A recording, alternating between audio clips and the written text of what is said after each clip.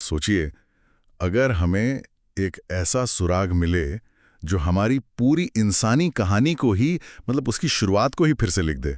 हाँ, और ये सिर्फ किसी पुरानी कहानी में एक नया पन्ना जोड़ने जैसा नहीं है। नहीं, बिल्कुल नहीं। ये तो पूरी किताब के पहले अध्याय को ही बदलने जैसा है। आज का विषय सिर्फ एक पुरानी हड्डी का टुकड़ा नहीं है, बल्कि एक ऐसा रहस्य है जो हमें हमारे अस्तित्व की जड़ों तक ले जाता है। तो आज हम जिन स्रोतों पर बात कर रहे हैं वो चीन में मिली एक 10 लाख साल पुरानी खोपड़ी के विश्लेषण पर आधारित हैं, और इसका विश्लेषण छपा है प्रतिष्ठित साइंस जर्नल में, जिसने वैज्ञानिक जगत में एक हलचल मचा दी है। और ये हलचल जायज भी है। हाँ, जब भी ऐसे प्राचीन जीवाश्म मिलते हैं तो अक्सर ये पता लगाना बहुत मुश्किल होता है कि वे किस प्रजाति के हैं, खासकर जब वो इतने पुराने हों। तो आज हम यही समझने की कोशिश करेंगे कि सिर्फ एक खोपड़ी की ये खोज मानव विकास के बारे में हमारी अब तक की सारी समझ को कैसे चुनौती दे रही है। तो चलिए इसे परत दर परत खोलते हैं। हाँ, और यही जो अस्पष्टता है ना, यही वैज्ञानिकों को और भी उन्नत तकनीक इस्तेमाल करने के लिए प्रेरित करती है ताकि सच सामने आ सके। तो कहानी शुरू होती है लगभग 1 दशक पहले, चीन के युनशियान प्रांत में। हाँ, युनशियान में एक पुरातात्विक स्थल पर यह खोपड़ी मिलती है। हाँ, और मिलते ही ये एक पहेली बन जाती है। वैज्ञानिकों के सामने सबसे बड़ा सवाल था, ये है क्या? सही बात है। क्या ये होमो इरेक्टस था, वो प्रजाति जिसके बारे में हम थोड़ा बहुत जानते हैं कि वे उस दौर में एशिया में रहते थे? या फिर ये आधुनिक मनुष्यों यानी होमो सेपियंस का कोई अज्ञात प्राचीन पूर्वज था? ये सवाल इसलिए भी अहम था क्योंकि उस दौर के इंसानी जीवाश्म वो बहुत कम मिलते हैं। अच्छा। और जो मिलते भी हैं वे अक्सर टुकड़ों में होते हैं। एक लगभग पूरी खोपड़ी मिलना अपने आप में एक बहुत बड़ी बात थी। लेकिन इसमें पहेली क्या थी? होमो इरेक्टस की खोपड़ियों की कुछ खास पहचान तो होगी? बिल्कुल, होमो इरेक्टस की पहचान है एक लंबा नीचा ब्रेन केस, उभरी हुई भौहें और एक छोटा मस्तिष्क। इस खोपड़ी में कुछ लक्षण तो वैसे थे, लेकिन कुछ बिल्कुल अलग थे। जैसे इसका चेहरा उतना बाहर निकला हुआ नहीं था और मस्तिष्क का आकार भी थोड़ा बड़ा लग रहा था। ये लक्षण आधुनिक इंसानों से ज्यादा मिलते जुलते हैं। शुरुआत में ही टीम एक ऐसी चीज को देख रही थी जो किसी जाने पहचाने खाके में फिट नहीं हो रही थी। सही कहा, और इसी शुरुआती अनिश्चितता ने इस खोज को इतना महत्वपूर्ण बना दिया। इसे किसी एक खांचे में रखना इसलिए मुश्किल था क्योंकि हम मानव विकास को एक सीधी रेखा में देखने के आदी हैं। हाँ, कि एक प्रजाति आई, विकसित हुई और उसकी जगह दूसरी ने ले ली। एग्जैक्टली। लेकिन ये खोपड़ी उस सीधी रेखा पर एक बड़ा प्रश्न चिन्ह लगा रही थी। इसी रहस्य ने वैज्ञानिकों को इस पर और गहराई से काम करने के लिए मजबूर किया। तो ये सिर्फ एक और जीवाश्म नहीं था, ये हमारे इतिहास की एक खोई हुई कड़ी हो सकती थी। बिल्कुल। और यहीं से बात वाकई दिलचस्प हो जाती है। इस रहस्य को सुलझाने के लिए वैज्ञानिकों ने किसी पुरानी फिल्म की तरह मैग्नीफाइंग ग्लास का इस्तेमाल नहीं किया। नहीं, बिल्कुल नहीं। बल्कि भविष्य की तकनीक का इस्तेमाल किया। ये किसी हाईटेक क्राइम शो जैसा लगता है, बस यहाँ पीड़ित लाखों साल पुराना है। ये एक बहुत अच्छी मिसाल है क्योंकि उन्होंने जो तकनीकें इस्तेमाल की वो वाकई किसी फोरेंसिक जांच से कम नहीं थी। उन्होंने सिर्फ खोपड़ी को बाहर से नहीं देखा, बल्कि उसके अंदर झांका, उसकी हर परत को समझा। हमारे स्रोतों में इसका जिक्र है। सबसे पहले उन्होंने 3D सीटी स्कैनिंग का इस्तेमाल किया। हाँ, ये वैसा ही है जैसे अस्पताल में सीटी स्कैन होता है, लेकिन ये कहीं ज्यादा विस्तृत और शक्तिशाली था। हाँ, और इसका फायदा ये है कि ये सिर्फ हड्डियों का आकार नहीं बताता, ये हमें हड्डियों के घनत्व, उनकी मोटाई और सबसे जरूरी खोपड़ी के अंदरूनी हिस्से की बनावट दिखाता है। अच्छा। यहाँ तक कि कान के अंदर की छोटी छोटी हड्डियों की संरचना का भी पता चल जाता है। वाह। और ये जानकारी सिर्फ देखकर हासिल नहीं की जा सकती। और इसके बाद जो उन्होंने किया वो तो और भी कमाल का था, डिजिटल फेशियल रिकंस्ट्रक्शन। उन्होंने AI और आधुनिक फेशियल टिश्यू मॉडल्स का इस्तेमाल करके उस खोपड़ी के चेहरे को डिजिटल रूप से फिर से बनाया।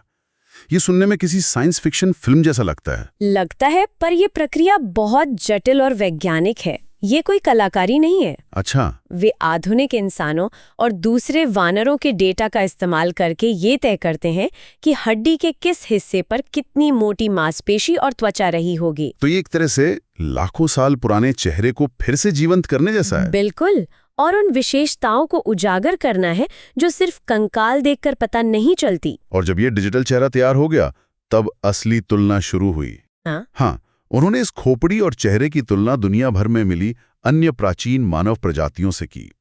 सूची काफी लंबी है, एशिया के होमो इरेक्टस, हाल ही में खोजे गए रहस्यमयी डेनिसोवंस, यूरोप के होमो हिल्डेबर्गेंसिस और बेशक अफ्रीका के शुरुआती होमो सेपियंस। और यही तुलनात्मक विश्लेषण सबसे महत्वपूर्ण कदम था, क्योंकि विज्ञान में कोई भी खोज अपने आप में अकेली नहीं होती, उसे मौजूदा ज्ञान के संदर्भ में रखकर देखना पड़ता है। हाँ, कि क्या ये नई खोज किसी मौजूदा प्रजाति के दायरे में फिट होती है या ये कुछ बिल्कुल नया है।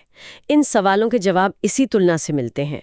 ये वैसा ही है जैसे किसी पहेली का एक नया टुकड़ा मिला हो और आप ये देखने की कोशिश कर रहे हो कि वो मौजूदा तस्वीर में कहाँ फिट बैठता है, या फिर वो एक पूरी तरह से नई तस्वीर का हिस्सा है। और इस मामले में ऐसा लगा कि ये टुकड़ा किसी भी मौजूदा तस्वीर में फिट नहीं हो रहा था। हाँ, यहीं से कहानी पूरी तरह पलट गई। तो क्या था वो पहला खुलासा जिसने सबको चौंका दिया? पहला और शायद सबसे बड़ा खुलासा समय से जुड़ा था।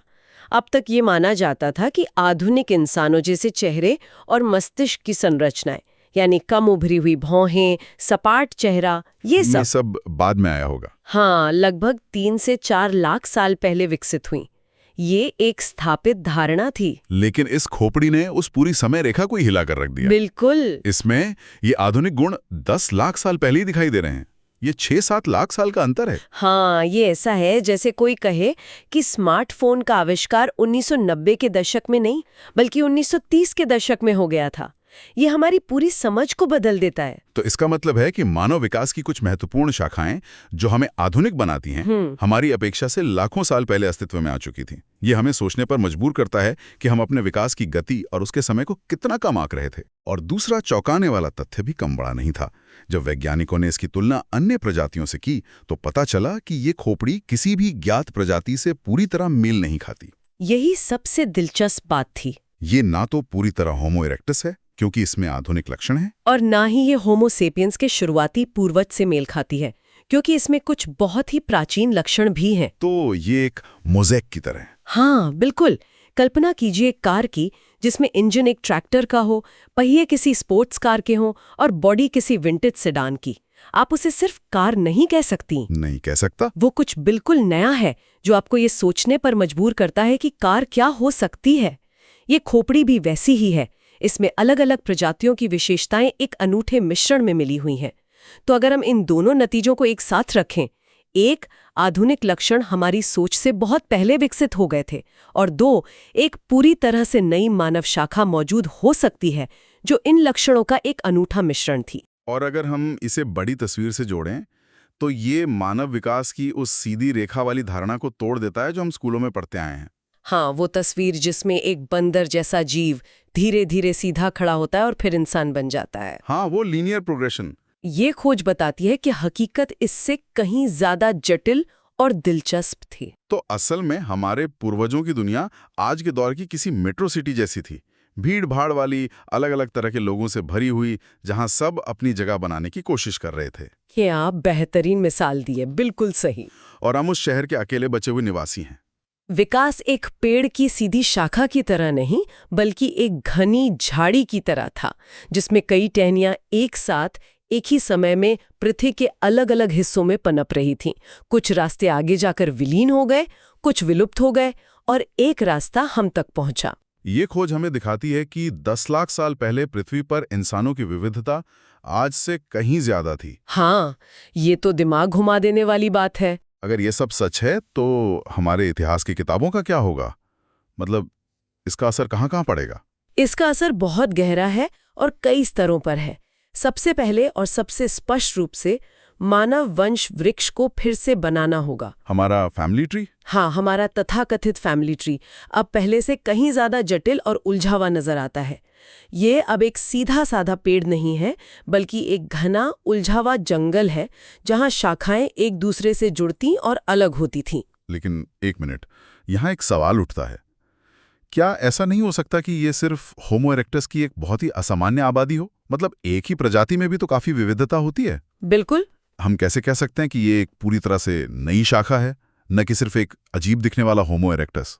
ये एक बहुत ही जायज और वैज्ञानिक सवाल है और शोधकर्ता इस पर विचार करते हैं। लेकिन बात यह है कि इस खोपड़ी में सिर्फ 1 या 2 लक्षण अलग नहीं हैं। अच्छा। इसमें प्राचीन और आधुनिक लक्षणों का एक पूरा समूह एक साथ मौजूद है जो किसी भी ज्ञात होमो इरेक्टस आबादी में नहीं देखा गया। ये सिर्फ विविधता की सीमा से परे है। तो ये एक परिकल्पना को जन्म देती है। हाँ, कि एक नई मानव शाखा थी। अब दुनिया भर के वैज्ञानिकों को और सबूत खोजने होंगे जो या तो इसे सच साबित करेंगे या गलत। समझ गया। तो दूसरा बड़ा असर क्या है? दूसरा बड़ा प्रभाव पूर्वी एशिया के महत्व से जुड़ा है। पारंपरिक रूप से अफ्रीका को मानवता का पालना माना जाता रहा है। हाँ, क्रीडल ऑफ ह्यूमन काइंड। बिल्कुल, ज्यादातर शुरुआती मानव जीवाश्म वहीं से मिले हैं और वो आज भी सच है। अफ्रीका हमारी कहानी का एक बेहद महत्वपूर्ण केंद्र है, लेकिन ये खोज पूर्वी एशिया को भी उस कहानी में केंद्रीय भूमिका देती है। मतलब अब तक हम मानते थे कि हमारे पूर्वज अफ्रीका में विकसित हुए और फिर एशिया पहुंचे। हाँ, लेकिन ये खोज इस विचार को चुनौती देती है। ये बताती है कि पूर्वी एशिया सिर्फ एक ऐसी जगह नहीं थी जहां मानव बाद में पहुंचे, बल्कि ये खुद नवाचार और विकास का एक केंद्र हो सकता है। मतलब जहां इंसान की नई नई शाखाएं पनप रही थीं। हाँ, हो सकता है कि मानव विकास की कहानी एक जगह नहीं बल्कि कई जगहों पर एक साथ लिखी जा रही थी।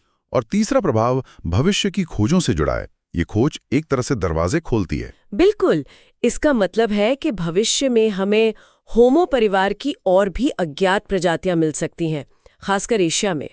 ये वैज्ञानिकों को उन इलाकों में और ज्यादा खोज करने के लिए प्रेरित करेगा जहां पहले उतना ध्यान नहीं दिया गया। हो सकता है कि हमारे कई खोए हुए चचेरे भाई बहन अभी भी जमीन के नीचे दबे हुए खोजे जाने का इंतजार कर रहे हों। क्या पता। हमारे स्रोत में ये भी बताया गया है कि कुछ विशेषज्ञ इसे पिछले 20 सालों में मानव विकास से जुड़ी सबसे महत्वपूर्ण खोज कह रहे हैं। ये एक बहुत बड़ा बयान है। यह इसके प्रभाव को दर्शाता है। ये सिर्फ एक नया डेटा पॉइंट नहीं है, ये एक पैराडाइम शिफ्ट है, एक ऐसी खोज जो हमारे सोचने के पूरे तरीके को बदल देती है। आप कल्पना कीजिए उस वैज्ञानिक की हालत जिसने पहली बार ये 3D रिकंस्ट्रक्शन देखा होगा। हाँ, सालों से वो इसे होमो इरेक्टस का एक प्रकार मान रही थी और अचानक स्क्रीन पर एक ऐसा चेहरा उभरता है जो उनके सारे सिद्धांतों को गलत साबित कर रहा था। ये हमें याद दिलाता है कि हम अपने अतीत के बारे में कितना कम जानते हैं और अभी कितना कुछ खोजना बाकी है। तो आज की इस पूरी चर्चा को अगर समेटना हो तो हम कह सकते हैं कि चीन में मिली एक खोपड़ी ने हमें दिखाया है कि हमारा इतिहास हमारी सोच से कहीं ज्यादा पुराना, ज्यादा जटिल और ज्यादा रहस्यमयी है। इसने हमारी समय रेखा को लगभग 6 से 7 लाख साल पीछे धकेल दिया है जब बात आधुनिक मानव लक्षणों की आती है। यह मानव कहानी में कई नए अध्याय जोड़ देता है जिनके बारे में हमें पता ही नहीं था। और सबसे दिलचस्प बात यह है कि इसने हमें हमारे खोए हुए रिश्तेदारों से मिलवाया है, एक ऐसी मानव शाखा जिसके अस्तित्व से हम अब तक अनजान थे। यह हमें हमारे अपने परिवार के बारे में कुछ नया बता रहा है। सही कहा। और अंत में ये खोज एक और गहरा सवाल उठाती है जिस पर श्रोताओं को विचार करना चाहिए। अगर उस समय पृथ्वी पर एक से ज्यादा मानव प्रजातियां मौजूद थीं और वे हमसे ज्यादा विविध थीं, तो ऐसा क्या हुआ कि सिर्फ हमारी प्रजाति होमो सैपियंस ही बची रह गई? ये एक बहुत ही महत्वपूर्ण सवाल है। क्या हम ज्यादा बुद्धिमान थे? क्या हम पर्यावरण के साथ बेहतर ढंग से अनुकूलन कर पाए? या हमने बाकियों को खत्म कर दिया? या ये सिर्फ किस्मत का खेल था? क्या हम किसी घटना, किसी जलवायु परिवर्तन या किसी महामारी के कारण बच गए जबकि अन्य विलुप्त हो गए? इस खोज ने ये तो दिखा दिया कि हम अकेले नहीं थे। तो सवाल ये है कि आज हम अकेले क्यों हैं? ये एक ऐसा सवाल है जिसका जवाब ये खोज नहीं देती। नहीं, लेकिन ये हमें इस पर सोचने के लिए जरूर मजबूर करती है। हमारे अकेले बचने की कहानी शायद उतनी गौरवशाली न हो जितनी हम मानना पसंद करते हैं।